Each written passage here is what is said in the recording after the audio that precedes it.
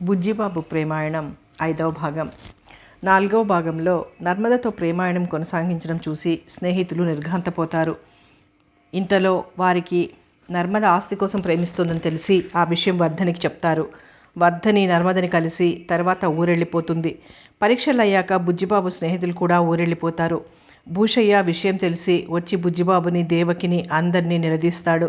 ముహూర్తాలు పెడతామంటే నిరాకరిస్తాడు బుజ్జి. కొన్ని రోజులయ్యాక బుజ్జి మనసు మార్చుకుని వర్ధని దగ్గరికి వెళ్తాడు పెళ్లి చేసుకుంటాను అని.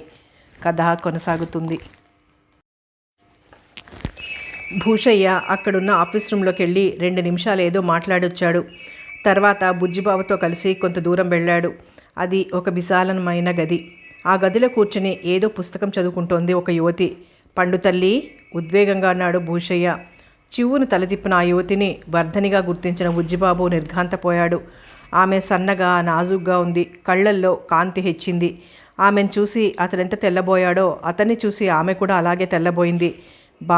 బావొచ్చాడమ్మా అన్నాడు భూషయ్య గద్గద స్వరంతో. తేరుకున్న వర్ధని, రా బావా అంది నిర్లిప్తంగా. భూషయ్య, నేను డాక్టర్ గారితో మాట్లాడొస్తానమ్మా అంటూ అక్కడి నుంచి కదిలాడు.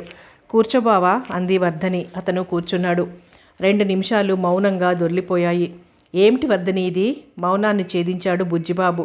ఆమె పేలవంగా నవ్వింది. ఎందుకు చేసావిలా? ఆర్ద్రంగా అడిగాడతను. ఎలా? అదే, ఇక్కడ ట్రీట్మెంట్ తీసుకుంటున్నాను. నీకేమైందని? ఏనుగులా ఉన్నాను కదా, కాస్త ఒళ్ళు తగ్గిద్దామని నవ్వింది వర్ధని. కానీ అతను నవ్వలేదు. ఎన్నాళ్ళైంది ఇక్కడ చేరి? మెల్లగా అన్నాడు బుజ్జిబాబు. హైదరాబాద్ నుంచి వచ్చిన 3వ రోజునే. నా మూలంగానే కదూ వంగి ఆమె చేతిని తన చేతుల్లోకి తీసుకుంటూ అన్నాడు బుజ్జిబాబు. ఆమె మాట్లాడలేదు. మృదువుగా చేతుల్ని విడిపించుకుంది. వర్ధని కాదు బావా, పర్వతం తడికళ్లతోనే నవ్వుతూ అందామె. నిజం చెప్పు, నీకిక్కడ చేరాలని ఎందుకు అనిపించింది? చెప్తే నమ్ముతావా? చేతిగోళ్ళు చూసుకుంటూ అంది వర్ధని. తప్పకుండా చెప్పు. ఎందుకు? నీకోసమే. కంగారు పడకు. నిన్ను పెళ్లాడటానికి కాదు, నీకు అయిష్టమైన ఈ ఒళ్ళు తగ్గించేద్దామనిపించింది. నిన్ను నాకు కాకుండా చేసిన ఈ పాపిష్టి ఒళ్ళు నా దగ్గర ఉండకూడదనిపించింది. అందుకే ఇంట్లో అందరితో పోట్లాడి సత్యాగ్రహం చేసి ఇక్కడ చేరాను. అదురుతున్న పెదవిని పదే పదే పంటి కింద నొక్కుతూ అంది వర్ధని. అతని మనసంతా అదోలా అయిపోయింది. పద, ఇక్కడి నుంచి వెళ్ళిపోదాం ఆమె చేయిపట్టి లేవదీస్తూ అన్నాడు. ఎక్కడికి? మనింటికి. ఇంకా 2 కేజీలు తగ్గాలి బావా నవ్విందామె. అతను దోషిలా తలదించేసుకున్నాడు. కబుర్లు చెప్పు బావా, అత్తవాళ్ళు బాగున్నారా? నర్మద ఎలా ఉంది? పెళ్ళెప్పుడు? ఉత్సాహం నటిస్తూ అంది వర్ధని. నేనెందుకు వచ్చానో తెలుసా? గంభీరంగా అన్నాడు బుజ్జిబాబు ఆమె ప్రశ్నలకి జవాబు చెప్పకుండానే. ఎందుకు? పెళ్ళికి పిలవడానికా? మరి పెళ్ళికి లగ్నాలు పెట్టించుకోవడానికి. ఏం, అక్కడెవరూ లేరా లగ్నాలు పెట్టడానికి? కాస్త వ్యంగ్యంగా అంది వర్ధని. ఉన్నారు, కానీ కన్యాదాత పెడితేనే కదా బాగుంటుంది ఆమె కళ్ళల్లోకి చూస్తూ అన్నాడు బుజ్జిబాబు. కళ్ళు చిట్లించింది వర్ధని. అవునమ్మా, బావా నిన్ను పెళ్లాడతాడు. అప్పుడే వస్తున్న భూషయ్య అన్నాడు. ఏం, నర్మద తరిమేసిందా? తాపీగా అంది వర్ధని. ఆ మాటకి తండ్రి, బావ కూడా తెల్లబోయారు. ఏం మాటలమ్మా అవి? మందలింపుగా అన్నాడు భూషణం. అవును నాన్న, నన్ను కాదని ఆమెను ప్రేమించినవాడు మళ్ళీ నన్ను వెతుక్కుంటూ వచ్చాడంటే ఏమనుకోవాలి? నేను నర్మదిని ప్రేమించలేదు వర్ధని దీనంగా అన్నాడు బుజ్జిబాబు. వర్ధని మొహం మరింత గంభీరంగా అయిపోయింది. బావా, నువ్వంటే నాకు ప్రాణం, అభిమానం, ఆరాధన అన్నీ ఉన్నాయి. అంతేకాదు కొండంత నమ్మకం కూడా ఉంది. ఇప్పుడు వాటన్నింటినీ తుడిచేయకు. దయచేసి ఇంకేం మాట్లాడకు 2 చేతులు జోడిస్తూ అంది. బుజ్జిబాబు మొహం అవమానంతో కందిపోయింది. నా మాట నమ్మవా అన్నాడు చివరగా. నమ్ముతాను కాబట్టే నిజాలు మాత్రమే చెప్పమంటున్నాను. అయితే ఒక్క మాట చెప్పు. నేను ఎన్నోసార్లు నిన్ను ప్రేమించలేదు, ఎవరైనా ప్రేమించి పెళ్లి చేసుకుంటాను అంటూ చెప్పేవాడిని. 1-2 అమ్మాయిల్ని ప్రేమించబోయి అబాస్ పాలయ్యాను. ఇవన్నీ నీకు తెలిసినా నీకు కోపం రాలేదు. కానీ నర్మద విషయంలో నీకు కోపం వచ్చింది. దానికి కారణం చెప్పావంటే వెళ్ళిపోతాను. అయితే నా మాట విను. నీకు ప్రేమించి పెళ్ళాడాలని ఉన్నట్టు నాకు తెలుసు. కానీ ప్రేమ మీద సరదానే తప్ప ఫలానా వ్యక్తిని ప్రేమించాలి అన్న భావం, అంటే ఎవరో ఒకరిని ప్రేమించాలనే సరదా తప్ప ఏ వ్యక్తికి మనసు ఇవ్వాలని అనుకోలేదు. అందుకే తమాషాగా తీసుకున్నాను. కానీ నువ్వు నర్మద అన్న అమ్మాయిని ప్రేమించావని, ఆమెతో సినిమాలు, షికార్లకి తిరుగుతున్నావని తెలిసి భరించలేకపోయాను. ఆవేశంతో వణికిపోయాను. ఆ ఆవేశంతోనే ఆమె దగ్గరికి వెళ్ళాను. ఆ వెళ్ళడంలో మరో చిన్న ఆశ కూడా లేకపోలేదు. అదేమిటంటే మీ ఇద్దరి గురించి అపార్థం చేసుకున్నారని, మీ మధ్య స్నేహం తప్ప ఇంకేం బంధం లేదని నర్మద చెప్తుందన్న ఆశ. కానీ ఆమె వెంటనే మీ ప్రేమని ఒప్పుకుంది. ఆమెను చూశాక నువ్వు చేసింది కూడా సరైంది అనుకున్నాను. నిరాశగా తిరిగొచ్చేశాను. బాధగాను రోషంగాను చెప్పింది వర్ధని. బుజ్జిబాబు మొహం వింతగా వెలిగింది. పెదవులు మెల్లగా విచ్చుకున్నాయి. అస్పష్టంగా ఏదో గొణిగాయి. పండు తల్లి, ఇంకదంతా మర్చిపోమ్మా. బావ ఆమెని ప్రేమించలేదంటున్నాడు. నీకోసం వెతుక్కుంటూ వచ్చాడు. ఇప్పుడు అతన్ని కాదంటే నిన్ను నువ్వే అవమానించుకున్నట్లమ్మా. ఆమె తల నిమురుతూ అన్నాడు భూషయ్య. సారీ నాన్న. అయితే సంబంధాలు చూస్తుంటే ఎందుకొద్దన్నావు? చెప్పి విసిగిపోయిన భూషయ్య కాస్త విసుగ్గా అన్నాడు. బావలా క్షణక్షణానికి మారదు నా మనసు. ఆనాడు ఈనాడు ఏనాడైనా సరే నా మనసు బావదే. అందుకే ఈ జన్మకి ఇంకా పెళ్లి చేసుకోదలుచుకోలేదు. ఇంకా వెళ్ళండి, గంభీరంగా అంది వర్ధని. భూషయ్య ఏదో అనబోయాడు. అయితే బుజ్జిబాబు వారించాడు. వర్ధని, నా మనసు నర్మదకిచ్చాననే కదూ నీ అనుమానం? సూటిగా అడిగాడు. అనుమానం కాదు, అదే నిజం. నేను ఆమెను ప్రేమించకపోతే, అదే మేం ప్రేమించుకోకపోతే మన పెళ్ళికి అభ్యంతరం పెట్టేదానివి కాదు కదూ. ఎప్పుడు వచ్చి నీ దగ్గర వాళ్తానా అన్న పిచ్చిదాన్ని ఎందుకు అభ్యంతరం పెడతాను అంది వర్ధని. థ్యాంక్స్, వస్తాను గంభీరంగా అనేసి లేచాడు బుజ్జిబాబు.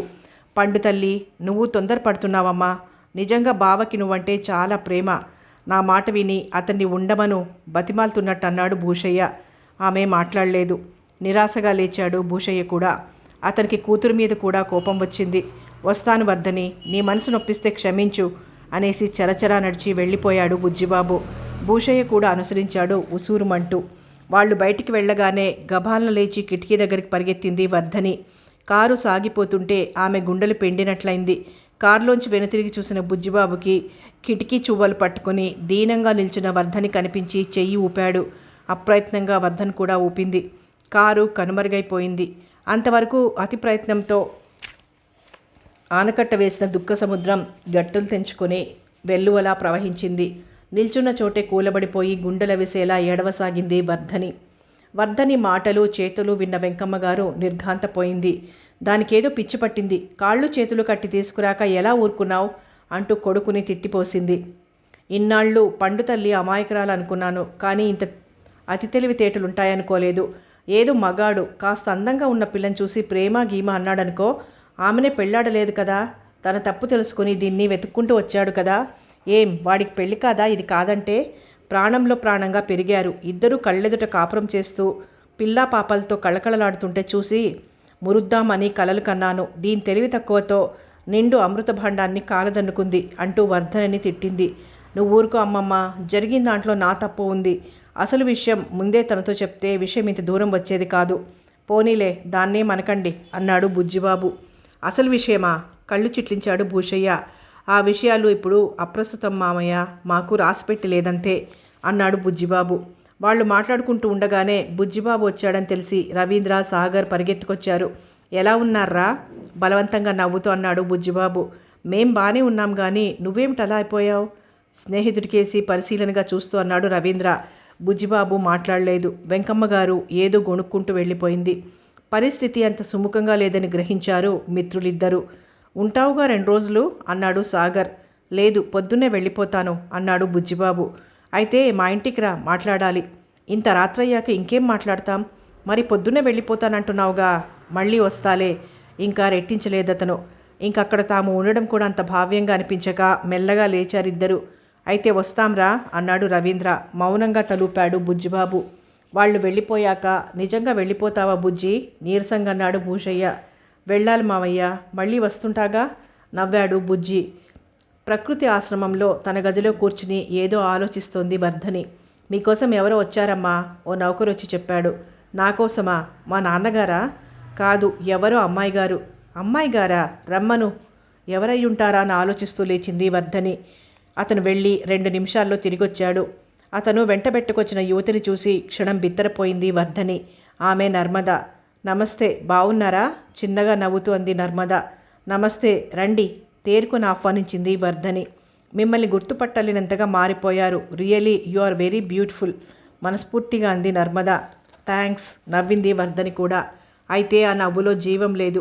రండి అలా చెట్ల కిందకి వెళ్ళి మాట్లాడుకుందాం. కాస్త చనువుగా ఆమె చెయ్యి పట్టుకుంది నర్మద. మౌనంగా నడిచింది వర్ధని. మనసులో మాత్రం ఆమె ఎందుకొచ్చిందా అని ఆలోచిస్తూ ఊహాగానాలు చేస్తోంది.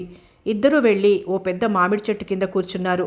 ఇక్కడ చాలా బాగుంది, నాకు కూడా కొన్నాళ్ల పాటు ఇక్కడ ఉండాలనుంది అంది నర్మద చుట్టూ చూస్తూ. అవును, ప్రశాంతంగా ఉంటుంది ఇక్కడ, క్లుప్తంగా అంది వర్ధని. 2 నిమిషాలు మౌనంగా జారిపోయాయి. నేనెందుకు వచ్చానో గ్రహించారా? సంభాషణకి నాందివాచకం పలికింది నర్మద. మా బావ పంపించి ఉంటాడు అని మనసులో అనుకొని పైకి మాత్రం చెప్పండి అంది వర్ధని. ఈ మధ్య మీ బావగారు ఇక్కడికి వచ్చారట కదూ? అవును, శూన్యంలోకి చూస్తూ అంది వర్ధని. బుజ్జిబాబు చాలా అమాయకుడు కాబట్టే నీ వల్లో పడ్డాడు అనుకుంది వర్ధని మనసులో. వింటున్నారా? బుజ్జిబాబు మనసు పాల వంటిది, వెన్నెలంత చల్లనిది, మల్లెలంత నిర్మలమైనది. అతనికి కల్మషం అన్నది తెలియదు. నమ్మక ద్రోహం అనేది ఎలా ఉంటుందో అతని ఊహకు అందదు. క్షణం ఆగింది నర్మద. ఎందుకు ఈ ఉపోద్ఘాతమంతా? గంభీరంగా అంది వర్ధని. కారణం ఉంది కాబట్టే నిన్ను వెతుక్కుంటూ ఇంత దూరం వచ్చాను. సారీ, ఎందుకో నిన్ను చూస్తే మీరు అనాలని అనిపించడం లేదు, చనువుగా నువ్వు అనాలనిపిస్తుంది. కాసేపు నన్ను మీ అక్కగా అనుకుంటావా? ఆమె గొంతు వణికింది.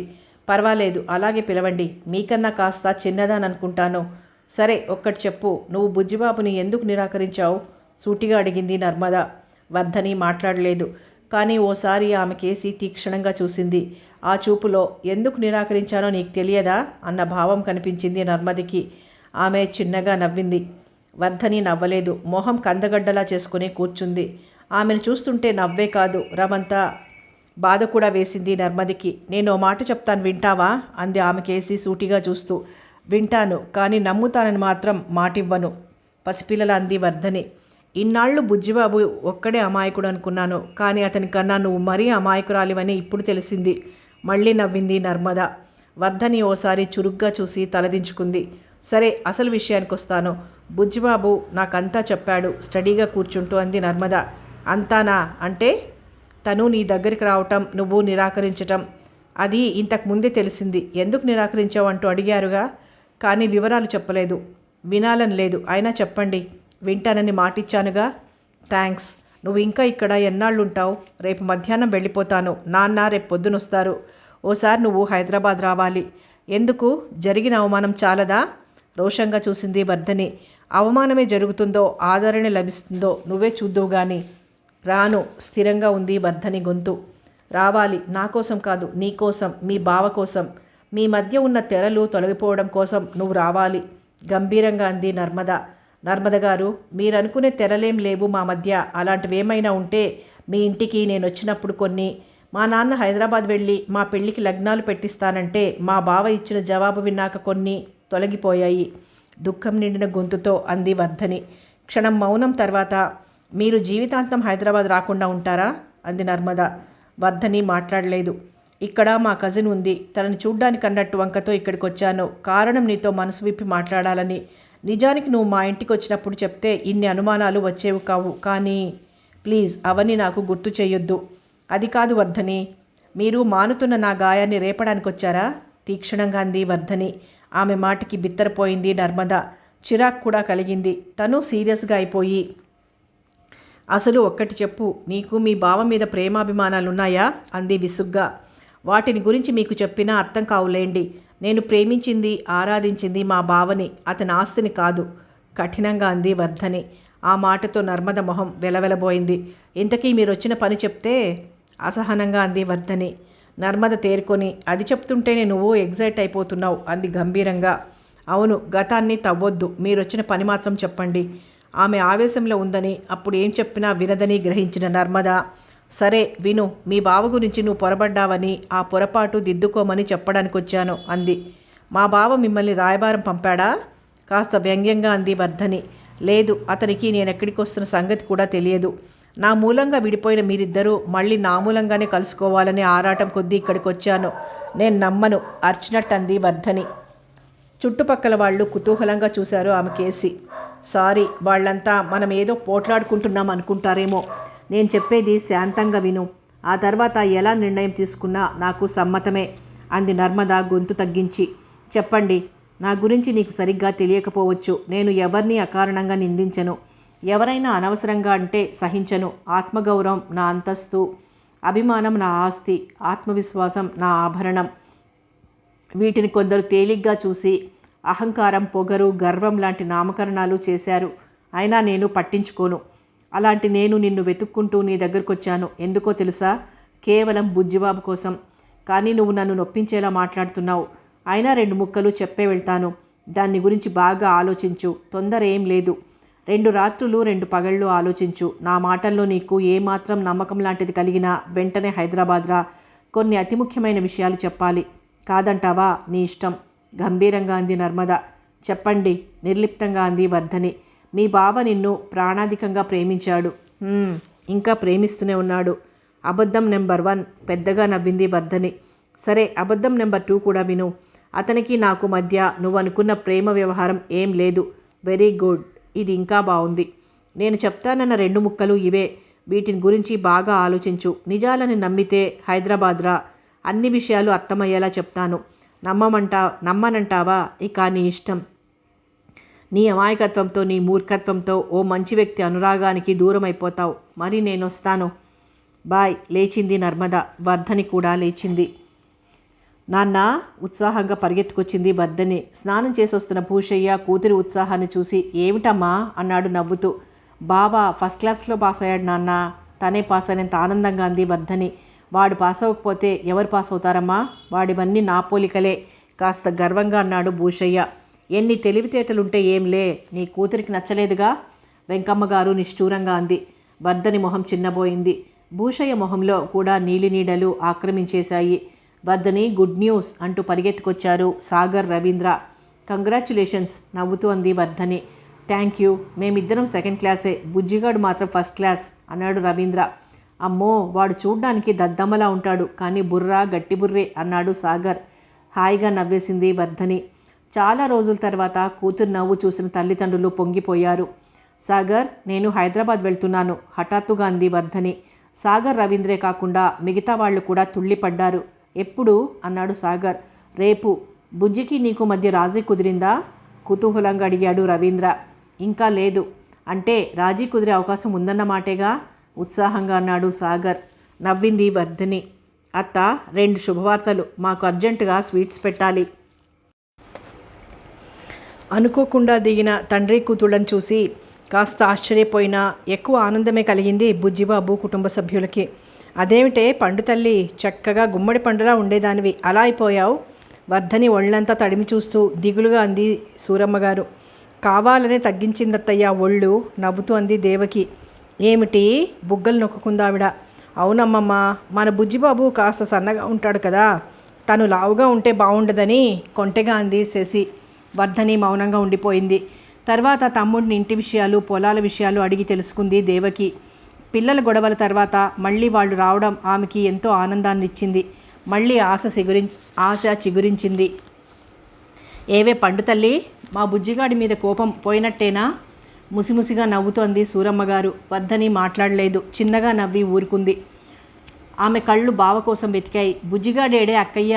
కూతురి భావాల్ని గ్రహించిన భూషయ్య అన్నాడు. విశాఖపట్నం వెళ్ళాడ్రా, 2-3 రోజుల్లో వచ్చేస్తాడు అంది దేవకి. వర్ధని మొహం వాడిపోయింది. ఆ సాయంత్రం విశ్వంతో, బావా నన్ను కాస్త మా ఫ్రెండ్ ఇంటికి తీసుకెళ్తావా అంది. ఫ్రెండా? ఇక్కడ నీకు ఫ్రెండ్ ఎవరే? నవ్వుతూ అడిగాడతను. సికింద్రాబాద్లో ఉందిలే. అలాగే, ఎప్పుడు వెళ్దాం? ఇప్పుడే. నీకేమైనా పనుందా? లేదు, కానీ పొద్దుపోతోందిగా. పర్వాలేదు, నన్ను అక్కడ దించి వచ్చేయి చాలు. తను మళ్ళీ ఇక్కడికి తీసుకొచ్చి దించుతుంది. సరే బయలుదేరు అన్నాడు విశ్వం. తండ్రితోనూ అత్తతోనూ చెప్పి విశ్వంతో పాటు నర్మద ఇంటికెళ్ళింది. ఎక్కడికో వెళ్ళబోతున్న నర్మద వర్ధనిని చూసి ఆప్యాయంగా ఆహ్వానించింది. ఓ గంటలో రానా అన్నాడు విశ్వం. నేను తీసుకొచ్చి మీ ఇంట్లో దించుతానులేండి అంది నర్మద. అయితే నేను వస్తాను, కాస్త కాఫీ తాగెళ్ళండి మర్యాదగా అంది నర్మద. థ్యాంక్స్, కానీ నాకు అర్జెంట్ పనుంది, ఈసారి తప్పకుండా వస్తాను అంటూ వెళ్ళిపోయాడు విశ్వం. మనసులో మాత్రం వర్ధని పరిచయం చేస్తే బాగుండేది అనుకున్నాడు. లోపలికి రా వర్ధని ఆదరంగా ఆహ్వానించింది నర్మద. మెట్లెక్కి లోపలికొచ్చింది వర్ధని. మీ నాన్నగారు లేరా? కుర్చీలో కూర్చుంటూ అంది. లేరు, అలా తిరిగొస్తానన్నారు. బావగారికి కావాలనే నా పేరు చెప్పలేదు, ఏమైనా అనుకున్నారేమో. ఏదో ఆలోచిస్తూ అంది నర్మద. నేను అందుకే పరిచయం చేయలేదు. మీరు తెలియదు కానీ మీ పేరు మాత్రం మా వాళ్ళందరికీ తెలుసు బలవంతంగా నవ్వింది వర్ధని. నర్మద లోపలికెళ్ళి కాఫీ కలిపి తెచ్చింది. వర్ధని వద్దన్నా వినకుండా. వర్ధని మాత్రం ఆమె చెప్పబోయే విషయాల్ని గురించి ఆతృతగా ఎదురు చూస్తోంది. కాఫీలు తాగాక గ్లాసులు లోపల పెట్టొచ్చి ఆమెకెదురుగా కూర్చుంది నర్మద. వర్ధని ప్రశ్నార్థకంగా చూసింది. నా మాట మన్నించి వచ్చినందుకు కృతజ్ఞతలు. సంభాషణకి నాందిగా అంది నర్మద. ఇందులో నా స్వార్థమే ఎక్కువగా ఉంది అంది వర్ధని. అఫ్కోర్స్, చెప్పండి. మీ బావ ప్రేమగాథ చెప్పే ముందు నా గురించి కూడా 2 ముక్కలు చెప్పుకోవాలి గంభీరంగా అంది నర్మద. చెప్పండి, అవన్నీ వినడానికే నేనొచ్చింది. నేను కథలా చెప్తాను. చివరికి పాత్రల్ని మీరు గుర్తించకపోతే నేను పరిచయం చేస్తాను.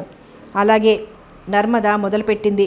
పట్టాభి గారు లక్షలకి అధిపతి, ధర్మరాజు లాంటివాడు. ఆయనకు స్థానికంగా మంచి పేరుంది. అందాల రాశి అయిన భార్య ఉంది. ముద్దులు మూటగట్టే చిన్నారి పాప ఉంది. నందనవనం లాంటి ఆ కుటుంబంలో చీడపురుగులా ప్రవేశించాడు శ్రీకాంత్. శ్రీకాంత్ ఓ థియేటర్ యజమాని, విలాస పురుషుడు. అతనితో పట్టాభి గారికి పరిచయమైంది. ఆ పరిచయం ఒకళ్ళ ఇళ్ళకి ఒకళ్ళు తరచూ వచ్చేలా పెరిగింది. శ్రీకాంత్ కళ్ళు పట్టాభి గారి భార్య అయిన అరుణ మీద పడ్డాయి. అతని చూపులు మాటలు మామూలుగా లేవని అరుణ గ్రహించినా అమాయకుడైన పట్టాభి గారు గుర్తించలేదు. ఆవిడ భర్తకి చూచాయిగా అతని రాకని వ్యతిరేకిస్తున్నట్టు చెప్పింది. అయినా పట్టాభి గారు పెద్దగా సీరియస్గా తీసుకోలేదు. రాను రాను శ్రీకాంత్ ధోరణి మితిమీరిపోసాగింది. ఓ రోజు పట్టాభి ఇంట్లో లేని సమయంలో అరుణ దగ్గరికొచ్చి తన కోరిక బయటపెట్టాడు. ఆవిడ మండిపడింది, తిట్టిపోసింది, భర్తతో చెప్తానని బెదిరించింది. దానికి అతను పెద్దగా నవ్వేసి 3 రోజులు టైం ఇస్తున్నాను, ఈలోగా నువ్వు నా కౌగిట్లోకి వచ్చేసావా సరే, లేకపోతే నీ కాపురం నిలువునా కాల్చేస్తాను, నిన్ను బలవంతంగానైనా సరే అనుభవించి వీధిలో ఎంగిలి విస్తర్లా ఎగిరేలా చేస్తాను, నీ భర్త బ్రతుకు నీ కూతురు బ్రతుకు అడుక్కు తినేలా మారుస్తాను అంటూ బెదిరించి వెళ్ళిపోయాడు. అవసరమైతే వాళ్ళని చంపేస్తానని కూడా అన్నాడు.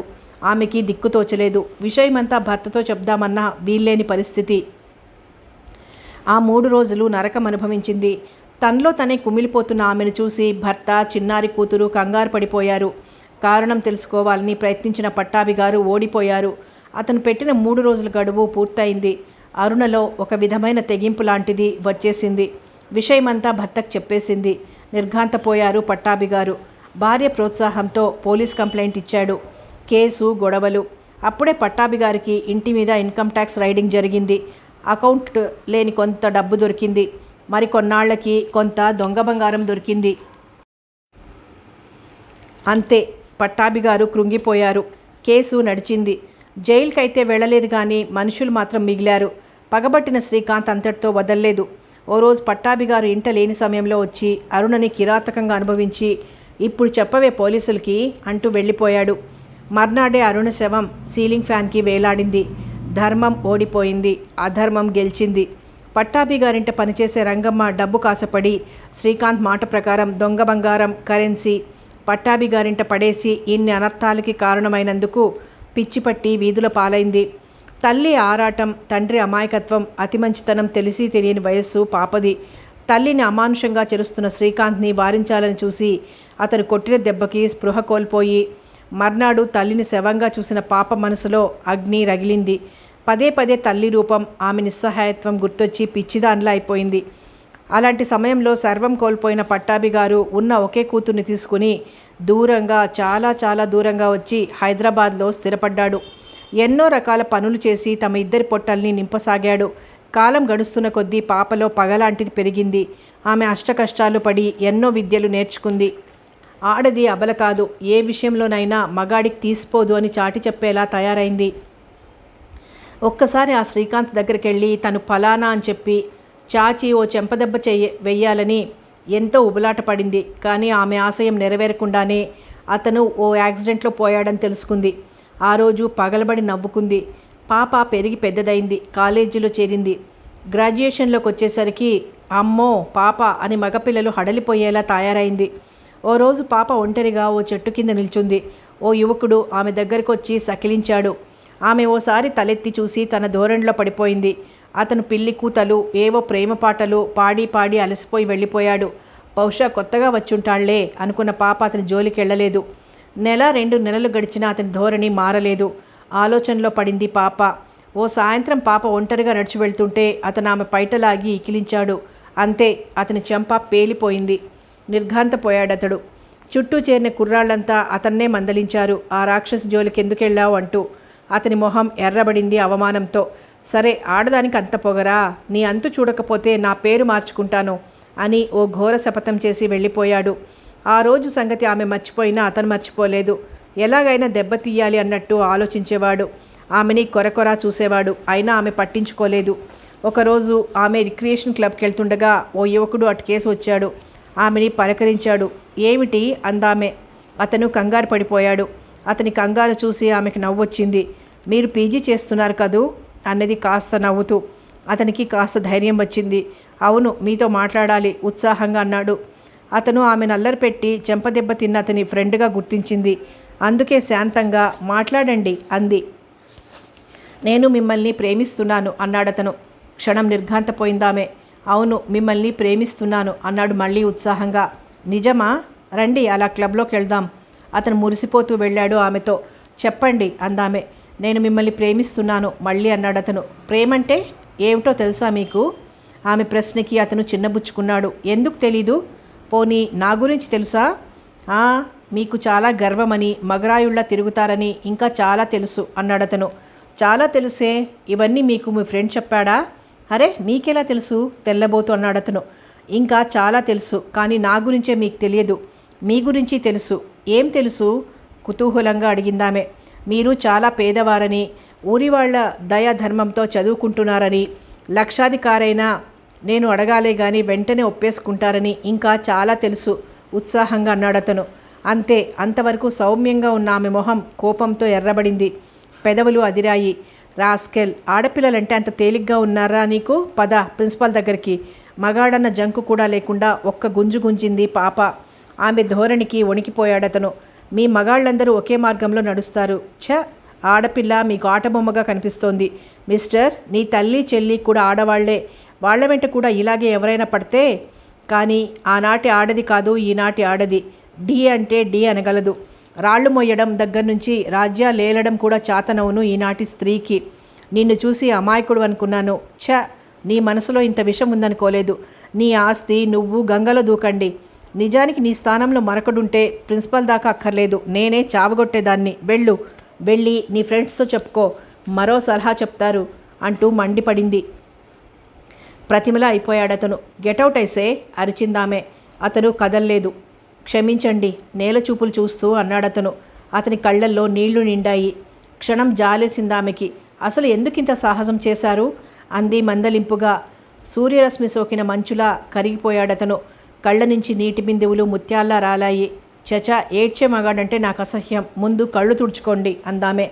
అతను కళ్ళు తుడుచుకొని తన గురించి, తన ప్రేమ ప్రయత్నాల గురించి, తన మావయ్య కూతుర్ని గురించి చెప్పాడు. మరింత నిర్ఘాంతపోయిందామె. ఎంత దారుణం! ఆడపిల్ల బజార్లో దొరికే వస్తువు అనుకున్నారన్నమాట. అందుకోసం ట్యాంక్ బండ్లు, మ్యూజియంలు, పార్కులు తిరిగారన్నమాట. ఆవేశంతో ఆమె గొంతు వణికింది. సారీ, ఈ ప్లాన్స్ అన్నీ మీ ఫ్రెండ్స్ ఇచ్చినవే కదూ? వాళ్ళు ప్లాన్స్ ఇచ్చిన మాట నిజమే, కానీ తప్పంతా నాదే. వాళ్ళు అమాయకులు అన్నాడతను. ఆమె నవ్వింది. అతను ఆశ్చర్యంగా చూశాడు. వాళ్ళు అమాయకులా? వాళ్ళ సంగతి మీకు తెలీదు అంది గంభీరంగా. వాళ్ళు నా చిన్ననాటి స్నేహితులు. అయినా మీకు తెలియదు అంటూ తను చెంపదెబ్బ కొట్టిన వ్యక్తిని గురించి చెప్పింది. అతను ఎన్ని నేరాలు చేశాడో, ఎంతమంది ఆడపిల్లల్ని ఎన్ని రకాలుగా ఏడిపించాడో ఆవేశంగా వివరించింది. నిర్ఘాంతపోయాడతను. నిజంగానే అతనికేం తెలియదని గ్రహించిన పాప అతన్ని తీసుకెళ్లి వాళ్ళ గురించి చెప్పింది. అతను బాధపడ్డాడు. ఎందుకు అతనంటే ఆమెకి తెలియని ఆప్యాయత ఏర్పడింది. బహుశా తండ్రిలో అతను అమాయకుడనేమో. అందుకే అతని స్నేహితుడిగా, సోదరుడిగా ఆహ్వానించింది. ఆమె చెప్పిన ప్లాన్ ప్రకారం అన్నీ చేశాడతను. ఆమెతో అతి చనువుగా ఉంటున్నట్టు నటించాడు. మంచి మాటలతో తన దగ్గర ఎంత డబ్బు దోచారో ఆమె విప్పి చెప్పేదాకా అతను గ్రహించలేదు. ఆమె మాట మీదే వాళ్ళని దూరం చేశాడు. డబ్బు ఇవ్వడం మానేశాడు. వాళ్ళు గిలగిలలాడిపోయారు. ఆమె చేత దెబ్బతిన్న అతనికి పగ మరింత పెరిగింది. తెలివిగా అతనికి కాబోయే ఆమెకి 1కి 10 కల్పించి చెప్పాడు. అతన్ని ప్రాణంగా చూసుకుని అతని మరదలు అది సహించలేకపోయింది. ఎవరైతే తన బావ మీద చెప్పారో అతని సహాయంతోనే పాప ఇంటికి వెళ్ళింది. పాపని నిలదీసింది.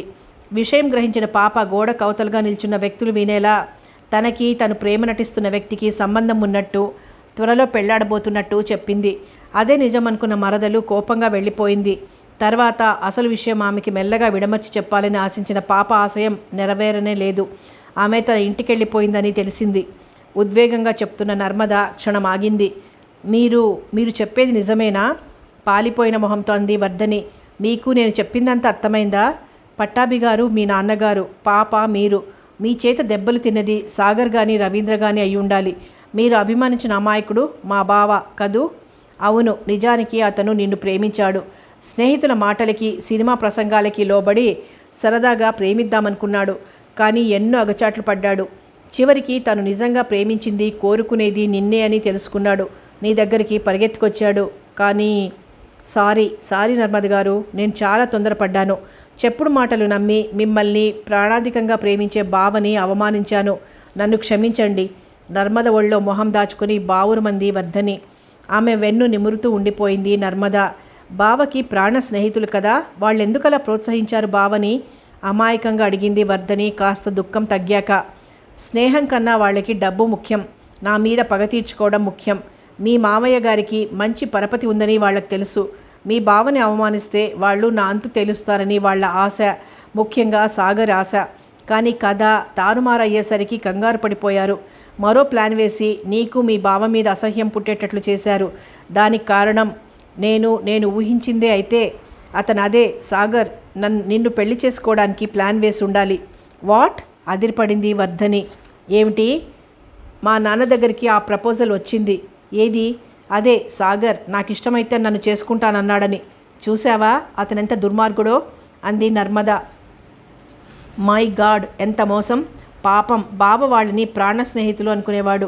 ఇంకా అతని గురించి చెప్పాలంటే చాలా చరిత్రే ఉంది. కానీ మనకి టైం లేదు. మళ్ళీ నాన్నగారు వచ్చేస్తే ఇంత ఫ్రీగా మాట్లాడుకోవడం కుదరదు. ఇంతకీ నన్ను బుజ్జిబాబును నమ్మినట్టేనా? ఓరగా చూస్తూ అంది నర్మద. వర్ధని కళ్ళు వాలిపోయాయి. క్షమించండి నర్మద అంది మెల్లగా. ఇట్స్ ఆల్ రైట్ తేలిగ్గా నవ్వేసింది నర్మద. సాగర్ మొన్న కనిపించినప్పుడు కూడా ఎంతో ప్రేమగా మాట్లాడాడు. బావని గురించి గొప్పగా చెప్పాడు. అతనంత మోసం చేశాడంటే నమ్మలేకపోతున్నాను. అదే అతని గొప్పతనం. మరో సంగతి తెలుసా? గంభీరంగా అంది నర్మద. ఏమిటి? మా అమ్మని నాశనం చేసి మా కాపురం చిన్నాభిన్నం కావడానికి కారకుడైన శ్రీకాంత్ కొడుకే ఈ సాగర్. ఆవేశంతో ఆమె గొంతు వణికింది. నిజమా? నిర్ఘాంతపోయింది వర్ధని. పొర్లి వస్తున్న దుఃఖాన్ని అతి బలవంతంగా తొక్కిపెట్టి నవ్వాలని ప్రయత్నిస్తూ. పాపం ఎక్కడ చేసినా ఫలితం అనుభవించి తీరాలి వర్ధని. వీడి తండ్రి దిక్కులేని చావు చచ్చాడు. వీడు కుళ్ళి చస్తాడు. నా మాట బీరుపోదు. కావాలంటే వేచి చూడు. నిప్పులు రాలుస్తున్నట్లున్న కళ్ళతో చూస్తూ అంది నర్మద. ఆమె ఆవేశానికి క్షణం బెదిరింది వర్ధని. 2 నిమిషాల్లో తనను తాను సంభాళించుకొని ఇక పద, మీ వాళ్ళు కంగారు పడతారేమో అంది నర్మద. నీరసంగా లేచింది వర్ధని. నర్మద ఇంటికి తాళం వేస్తుంటే మీరుండండి, నేను వెళ్ళిపోతాను అంది వర్ధని. పర్వాలేదు, ఈ టైంలో నిన్ను ఒంటరిగా పంపిస్తే ముందు బుజ్జిబాబు నన్ను చంపేస్తాడు నవ్వింది నర్మద. చాలా రోజుల తర్వాత వర్ధని కూడా హాయిగా నవ్వింది. ఇద్దరూ కిందికొచ్చారు. స్కూటర్ మీద రావడానికి ఏమైనా అభ్యంతరమా అంది నర్మద. లేదన్నట్టు తల ఊపింది వర్ధని. 5 నిమిషాలకల్లా స్కూటర్ రోడ్డు మీదకి పరుగు తీసింది. మళ్ళీ ఇంత దూరం మీరొక్కరూ రావద్దు భయంగా అంది వర్ధని. నాకా భయమా? పెద్దగా నవ్వింది నర్మద. నిజమే, మీరు ఇలా ఇంత డేరింగ్గా ఇంత ట్రాఫిక్లో. ఓహ్, ఇదే మా ఊళ్ళో అయితేనా ట్రాఫిక్ బంద్ అయిపోతుంది అంది వర్ధని. మళ్ళీ నవ్వింది నర్మద. నర్మద గారు, ఈ దేశంలోని ఆడపిల్లలంతా మీలా ఉంటే ఆడవాళ్ల పట్ల ఇన్ని అత్యాచారాలు ఉండవు కదా మనస్ఫూర్తిగా అంది వర్ధని. ఎందుకు లేరు? ఇప్పుడు చాలామంది ఆడపిల్లలు అన్నింటికీ ముందుకు దూకుతున్నారు. విమానాలు నడుపుతున్నారు, అంతరిక్షంలోకి వెళ్తున్నారు. కానీ చాలదు. ప్రతి ఆడపిల్ల అవసరమైతే ఆదిశక్తిలా మారేలా ఉండాలని, తనని తాను రక్షించుకోగలిగి ఉండాలని అనుకున్ననాడు ఈ ఆత్మహత్యలు, ఈ కట్నపు చావులు, బలవన్ మరణాలు ఉండవు. ఆవేశంగాను ఆవేదనగాను అంది నర్మద. మీ స్కూటర్ ఎంత వేగంగా ఉందో మీ మాటలు అంత వేగంగా ఉన్నాయి నర్మద గారు. దయచేసి నన్ను మీ శిష్యురాలిగా చేర్చుకోరు అంది వర్ధని ఆమె మెడ మీదుగా వంగి. తప్పకుండా, కానీ మా బుజ్జిబాబు ఒప్పుకోవాలిగా కొంటెగా అంది నర్మద. వర్ధని సిగ్గుపడిపోయింది. ఎందుకు ఒప్పుకోడు అంది గొణిగినట్టు. నవ్వింది నర్మద. స్కూటర్ బుజ్జిబాబు వాళ్ళింటి ముందు ఆగింది. వర్ధని దిగింది. నేను వెళ్ళనా అంది నర్మద. లోపలికి రండి, కాస్త కాఫీ తాగెళుదురు గాని. సారీ వర్ధని, మళ్ళీ ఓసారి వస్తాను. నాన్న వచ్చేసుంటారు. అన్నట్టు ఆయన వస్తే తాళం ఎలా కంగారుగా అంది వర్ధని. ఆయన దగ్గర డూప్లికేట్ కీ ఉంది. మీరు నన్ను క్షమించినట్టేనా పసిపిల్లలా అడిగింది వర్ధని. క్షమించరాని నేరం నువ్వేం చేశావని ఆ పరిస్థితుల్లో ఎవరైనా అలాగే అనుకుంటారు సున్నితంగా అంది నర్మద. థ్యాంక్స్. వీలు చూసుకొని ఓసారి మా ఇంటికి రావాలి. మీ ఇంటికి అంటే మీ పుట్టింటికా అత్తారింటికా అల్లరిగా అంది నర్మద. సిగ్గుపడిపోయింది వర్ధని. ఓ మాట చెప్పనా? ఆమెకేసి పరిశీలనగా చూస్తూ అంది నర్మద. చెప్పండి, కళ్ళు వాల్చేసింది. నువ్వు ఇప్పటికన్నా అప్పుడే బాగున్నావు, ఎంచక్క ముద్దబంతి పువ్వులా అమాయకంగా.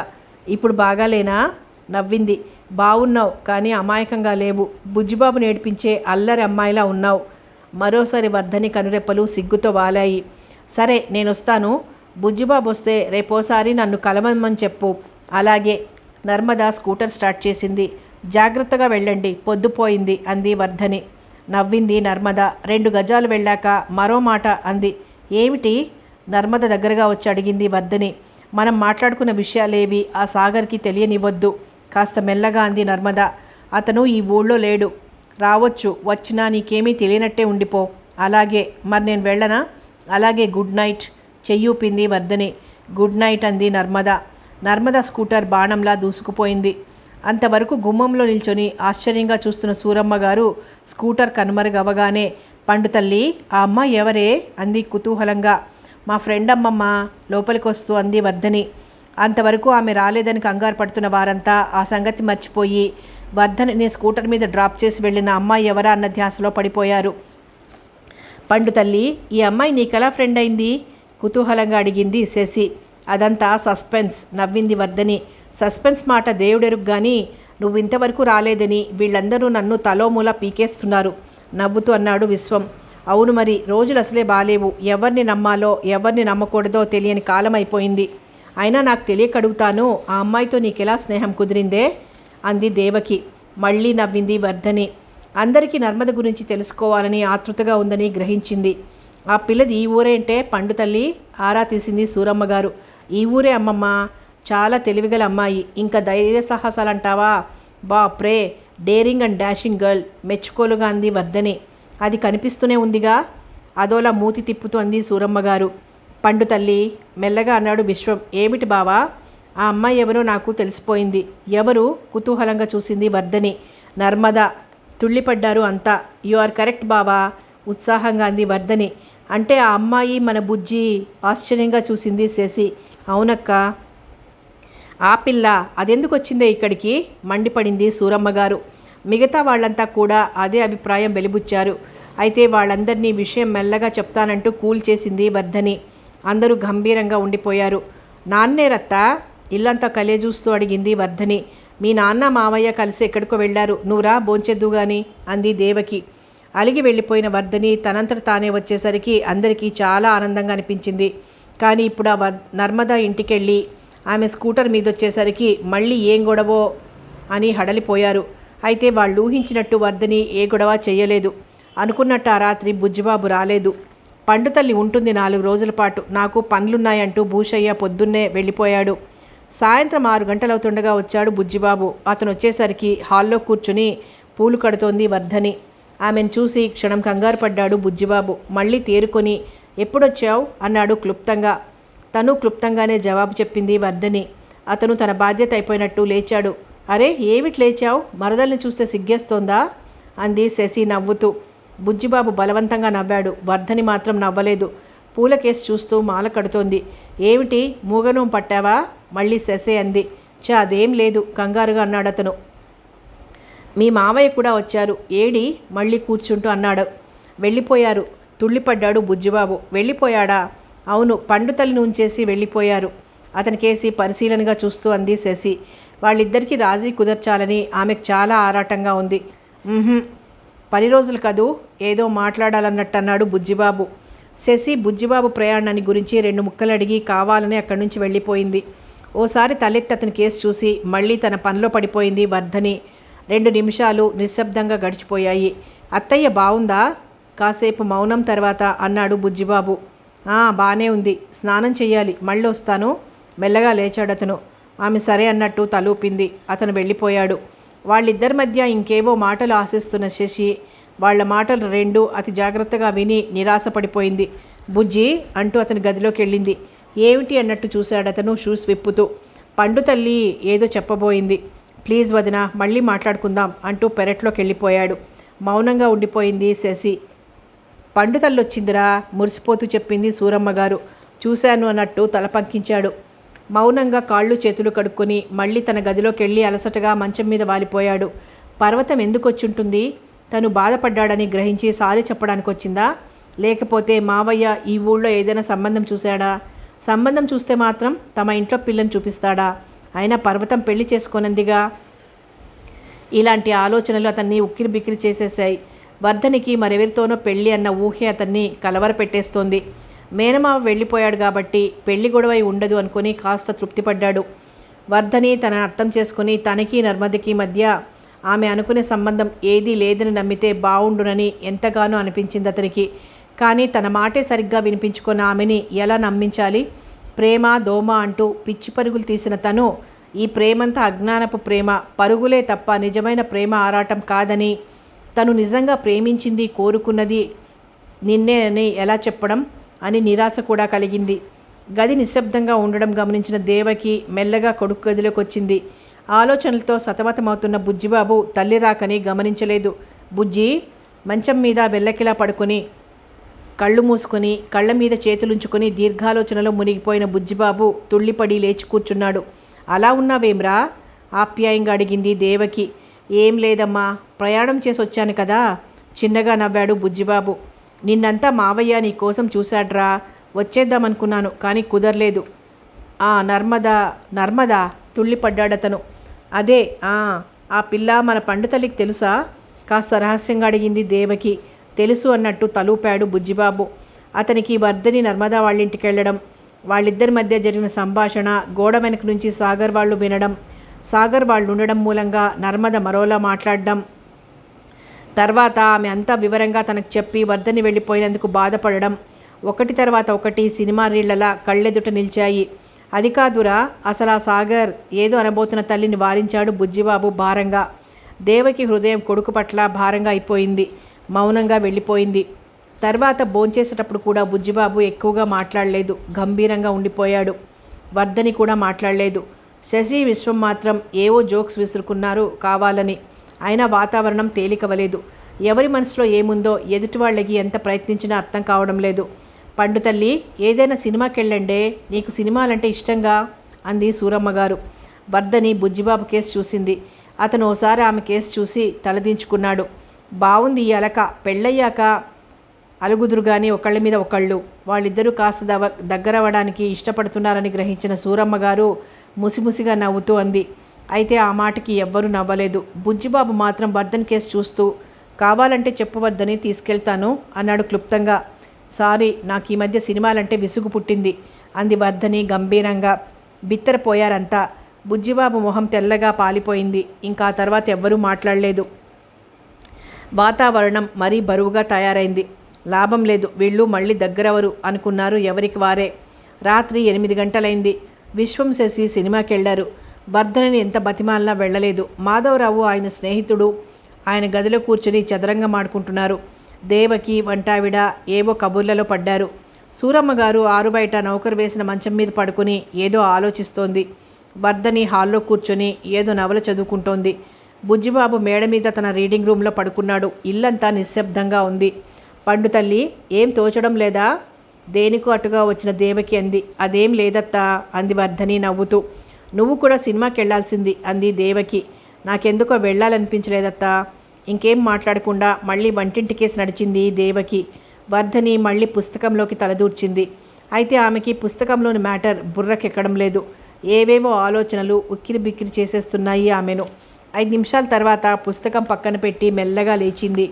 ఓసారి అటు ఇటు చూసి హాల్లోని మెట్ల మీదుగా మేడ మీదకి వెళ్ళింది. ఆమె కాళ్ళు బుజ్జిబాబు గది దగ్గర ఆగాయి. గదంతా చీకటిగా ఉంది. తలుపు దగ్గరగా వేసింది. మెల్లగా తలుపు తోసింది వర్ధని. వరండాలోని లైట్ వెలుగు గదిలో కాస్త పడి గది అస్పష్టంగా కనిపిస్తోంది. గోడకేసి తిరిగి పడుకున్నాడు బుజ్జిబాబు.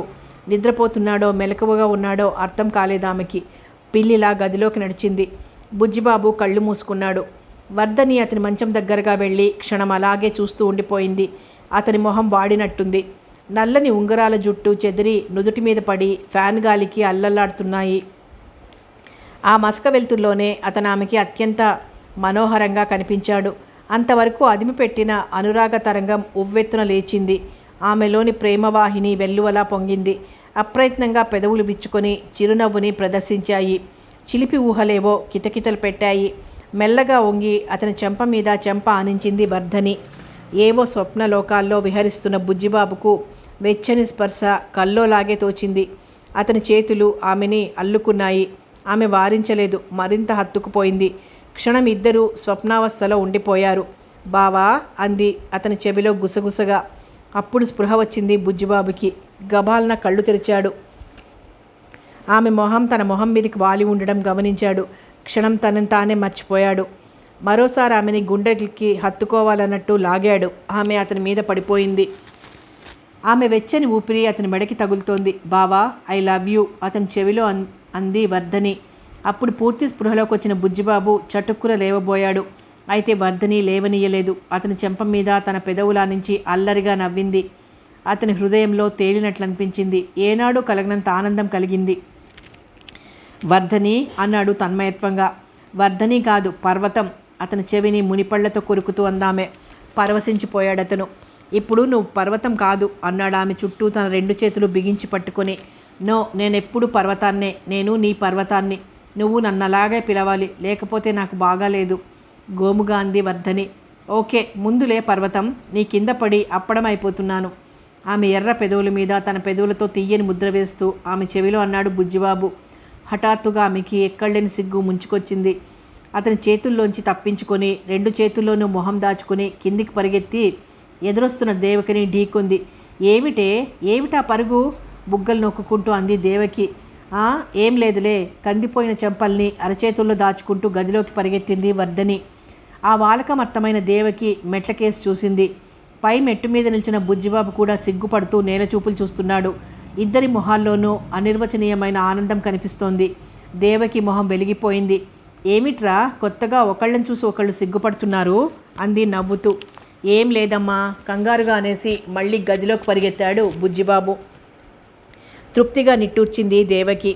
సాగర్ని గురించిన విషయమంతా విని గుండెలు బాదుకుంది సూరమ్మగారు. అమాయకుళ్ళ ఉండేవాడు, ఇంత దుర్మార్గుడా అంది దేవకి ఆశ్చర్యంగా. ఏమిటో నమ్మలేకపోతున్నాను అన్నాడు విశ్వం. సాగర్ చేసిన లీలలు విన్న అందరికీ షాక్గానే ఉంది. నర్మద వర్ధనని వెతుక్కుంటూ వెళ్ళి తన గురించి చెప్పినందుకు, అనునయించి ఇక్కడికి రప్పించి శాంతంగా వర్ధనికి అర్థమయ్యేలా కథంతా చెప్పినందుకు నర్మద పట్ల బుజ్జిబాబు హృదయం అంతా కృతజ్ఞతతో నిండిపోయింది. తను నమ్మి ఎన్నో విధాల సహాయం చేసిన సాగర్ ఇన్ని దారుణాలు చేసి తన పట్ల ఇంత దారుణంగా ప్రవర్తించినందుకు అతని మనసంతా చేదుగా అయిపోయింది. ఇంకా ఈసారి ఈ ఇంటి ఛాయలకి రాని బెదవ కాళ్ళు విరగ్గొడతాను అంది సూరమ్మగారు. పెద్దలంతా మళ్ళీ బుజ్జిబాబు వర్ధనల పెళ్లికి లగ్నాల గురించి మాట్లాడసాగారు. వీలు చూసుకుని రమ్మని భూషయ్యకి కూడా ఫోన్ చేశారు. బోన్లో పులిలా పచారులు చేస్తున్నాడు సాగర్. అతని విషయం అంబాజీపేట అమలాపురాల్లో కూడా గుప్పుమంది. అతని దయదల్చి చేరదీసిన వ్యక్తి ఇంకా భరించలేక బయటికి పొమ్మన్నాడు. ఇంటా బయట కూడా అతన్ని ఓ విలన్లా చూడసాగారు. అతనిలో పగ రగిలింది. ఇంట్లోని కొన్ని నగలు దొంగిలించి హైదరాబాద్ వచ్చేశాడు. అతను సరాసరి ఎంతో కాలంగా తనతో సంబంధం ఉన్న ఓ వారకాంత ఇంటికెళ్ళాడు. ఆ నగలన్నీ ఆమెకిచ్చి దాచమన్నాడు. అతను వచ్చి 3 రోజులైంది. అయితే తన పగ తీరే మార్గం కనిపించలేదు. అతనికి తిండి సహించడం లేదు, నిద్ర రావడం లేదు. తన పగ తీరాలి. ఆ నర్మద బుజ్జిబాబులు నాశనమైపోవాలి. అవమానంతో కుళ్ళి చావాలి. కానీ ఎలా? అదే అతని సమస్య. అందుకే గదిలో విసురుగా గంటల తరబడి పచారులు చేస్తున్నాడు. అతన్ని తన్నిద్దామా అందామే. లాభం లేదు సునంద, తన్నిస్తే చాలదు. వాడికి అండగా నిలిచిన ఆ నర్మద నడివీధిలో అవమానం పాలవ్వాలి. అది నన్ను నలుగురిలో చెంప మీద కొట్టింది. దాని మీద పగ తీర్చుకోవడం కోసం ఆ బుజ్జిగాడిని పంపాను. వాడిని అలాగే కొడుతుంది. ఆ సంగతి తెలిసి వాడి తండ్రి అన్నగారు కలిసి దాని అంతు తెలుస్తారు అని ఆశించాను. అంతా తారుమారైంది. పోనీ ఎలాగైనా ఆ పర్వతం ఆస్తి చేజిక్కించుకుందామని చూస్తే మళ్ళీ ఆ సమయానికి నర్మదొచ్చి అంతా నాశనం చేసింది. చివరికి నేను దొంగగా ద్రోహిగా నిలిచిపోయాను. పోస్ట్ గ్రాడ్యుయేషన్ చదివిన నేను నగలతో పారిపోయి రావాల్సి వచ్చింది. ఇదంతా వాళ్ల మూలంగానే. వాళ్ళిద్దరినీ కాలరాయకపోతే నాకు శాంతి లేదు. పళ్ళు నూరాడు సాగర్. అయినా నువ్వెంతో ధైర్యస్తుడివి. నీకు తెలిసిన రౌడీలు ఎంతోమంది ఉన్నారు. అలాంటిది ఓ ఆడపిల్ల చేత చెంపదిబ్బ తిని వదిలేశావంటే ఛా, అది ఆడది కాదు. ఎడం చేతిలో కుడి చెయ్యి పిడికిలి బిగించి కొడుతూ అరిచాడతను. అయితే మాత్రం అదొక్కటే కాదు, సమయం కోసం కాచు కూర్చున్నాను. అప్పుడు గొడవ చేస్తే చదువుకి ఇబ్బంది. నా సంగతి తెలిసిన విద్యార్థులు నాకు అండగా నిలవలేదు, అందుకే అది ఇంకా ప్రాణాలతో ఉంది. అంటే చంపేస్తావా కొంపదీసి? భయంగా అంది సునంద. చంపడం కాదు, దాని తల్లికి పట్టిన గతే దానికి పట్టేలా చేస్తాను. దాన్ని నాశనం చేసి నడివీధిలో నిలబెడతాను. అవమానం భరించలేక ఉరిపోసుకు చచ్చేలా చేస్తాను. ఆ నేరం బుజ్జిగాడి మీదకొచ్చేలా వల పన్నుతాను. ఇదే నా ప్లాన్. చాతనైతే ఏదైనా ఉపాయం చెప్పు. అర్థింపు, ఆజ్ఞ రెండూ ఉన్నాయి అతని గొంతులో. ఆలోచనలో పడిపోయింది సునంద. అతను తాచులా బుసకొడుతున్నాడు. ఆవేశపడకు సాగర్. ఆవేశము అనర్థాలకి మూల కారణం. నువ్వు అనుకున్నవన్నీ అవుతాయి, కానీ ఏదైనా ఆలోచించి మరీ అడిగేయి. తప్పించుకొని వెక్కిరించు అనునయంగా అంది సునంద. కానీ నాకు జరిగిన అవమానం అలాంటిది సునంద. ఇవాళ రాత్రికి రంగాని రమ్మన్నాను. అతను వచ్చాక ముగ్గురం కూర్చొని ఆలోచిద్దాం. కాస్త శాంతించిన సాగర్ ఆమె పక్కగా కూలబడ్డాడు. నగలు పోయినందుకు మీ వాళ్ళు పోలీసులకి రిపోర్ట్ ఇస్తారేమో కాస్త భయంగా అంది సునంద. ఇవ్వరు, వాళ్ళకి పరువు అంటే ప్రాణం. ఆ పరువు కోసం ప్రాణాలనైనా వదులుతారు. ఆఫ్టర్ ఆల్ ఈ నగలెంత అయినా పెంచారు కదా. కాస్తో కూస్తో మమకారం ఏడ్చింది. పెద్దగా నవ్వాడతను. కొంప మునిగిందిరా ఆయాసపడుతూ వచ్చాడు రవీంద్ర. ఎవరి కొంప? తాపీగా అన్నాడు సాగర్. మన కొంపే అతని పక్కనే కూలబడుతూ అన్నాడు రవీంద్ర. మనకి, ఐ మీన్ నాకు కొంప కూడా ఉందా మునగడానికి? మళ్ళీ నవ్వాడు సాగర్. నేను సీరియస్గా చెప్తున్నాను విసుగ్గా అన్నాడు రవీంద్ర. కూర్చుని శాంతంగా చెప్పు మంచం మీద వాలి సిగరెట్ వెలిగిస్తూ అన్నాడు సాగర్. మీ నాన్న, అదే నీ పెంపుడు తండ్రి, తన ఆస్తిపాస్తులన్నీ ఏదో అనాథ శరణాలయానికి రాసేశాడు. ఏమిటి? గబాల లేచాడు సాగర్. అవును, నువ్వు రాత్రికి రాత్రి నగలతో ఊరు దాటావు కదా. నీకోసం అక్కడంతా గాలించారు మీ వాళ్ళు. చివరికి నిన్ను నానా తిట్లు తిట్టి తండ్రికి తగ్గ కొడుకు, వీడిని చేరదీయడం నాది తప్పు అంటూ చెంపలు వేసుకుని మరీ ఆస్తంతా అనాథ శరణాలయానికి రాసేశాడు. ఇల్లు కూడా తన తదనంతరం నౌకర్ రామయ్యకు చెందేలా రాశాడు. చావని ముసలాడికి తలకొరువు పెట్టేవాళ్ళు కూడా ఉండరు శపించాడు సాగర్. 2 నిమిషాల మౌనం తర్వాత నువ్వెప్పుడొచ్చావు ఇక్కడికి అడిగాడు సాగర్. నిన్న నీకోసం వెతికి చివరికి ఇక్కడ పట్టుకున్నాను. మరో సంగతి తెలుసా? ఏమిటి? బుజ్జిబాబుకి వర్ధనికి పెళ్ళి. ఎప్పుడు? గబాల్ని అన్నాడు సాగర్. వచ్చే నెల 24వ తారీఖు అనుకుంటా. చాలా శుభవార్తలు మోసుకొచ్చావే కాస్త వ్యంగ్యంగా అన్నాడు సాగర్. మనం చేసే వెధవ పనులకి శుభాలు కూడానా? అంతకన్నా వ్యంగ్యంగా అన్నాడు రవీంద్ర. చురుగ్గా చూశాడు సాగర్ అతని కేసి. రవీంద్ర తలదించుకున్నాడు. రవి, ఇప్పుడు నాకు నువ్వు మిత్రుడివా శత్రువువా? తీక్షణంగా అడిగాడు సాగర్. అప్పుడు మాట్లాడలేదు రవీంద్ర. గుడ్, నీకు పైత్యం తలకెక్కిందన్నమాట. ఇంకేం? ఆ బుజ్జిగాడి దగ్గరికే పో, 10ో 12కో విదిలిస్తాడు. అవును, ఇన్నాళ్ళు వాడు విధించిన వాటినే ఏరుకొని తిన్నాం. ఇప్పుడు నీకు అది చిన్నతనంగా ఉందేమో కానీ నాకు మాత్రం లేదు. అసలు మన చదువులు ఇంతవరకు వచ్చాయంటే కేవలం ఆ బుజ్జిబాబు దయే. మా వాళ్ళు మీ వాళ్ళు సామాన్యులే. 10th క్లాస్తో చదువులు చాలు అని సాధించిన వాళ్లే. సమయానికి ఆ బుజ్జిగాడు ఆదుకొని వాళ్ళ మావయ్యకి వాళ్ళ నాన్నకి చెప్పి మనల్ని కాలేజీల్లో చేర్పించాడు. అడపాదడపా 100లు విదిల్చేవాడు. కానీ మనకి విశ్వాసం లేదు. అన్నం పెట్టిన ఇంటికే కన్నం వేయాలనుకున్నాం. ఆవేశంతో తనను తాను మర్చి అన్నాడు రవీంద్ర. నిర్ఘాంతపోయాడు సాగర్. ఓ, సినిమాల్లో విలన్స్లా మారిపోయావా? వెరీ గుడ్, వెళ్ళు. నా కళ్ళ ముందు నుంచి అవతలికి పో. జీవితంలో నాకు నీ మొహం చూపించకు. గెట్ అవుట్, పిచ్చివాడిలా అరిచాడు. ఓసారి సూటిగా అతని కళ్ళల్లోకి చూసి చివ్వున లేచి గుమ్మం కేసి నడిచాడు రవీంద్ర. ఆగు, గర్జించాడు సాగర్. క్షణం ఆగాడతను. బుజ్జిగాడిని కలుస్తావా? నేనెవ్వరిని కలవను. చేసిన పాపాలకి పశ్చాత్తాపడుతూ మన ఊరెళ్ళిపోతాను. క్షమార్పణ అడగడానికి కూడా నాకు అర్హత లేదు. నేను వాడి మొహం ఎలా చూడగలను అంటూ చరచరా నడిచి వెళ్ళిపోయాడు రవీంద్ర. ఛీ, సెంటిమెంటల్ ఫూల్, కసిగా అనుకున్నాడు సాగర్. కథ కొనసాగుతుంది.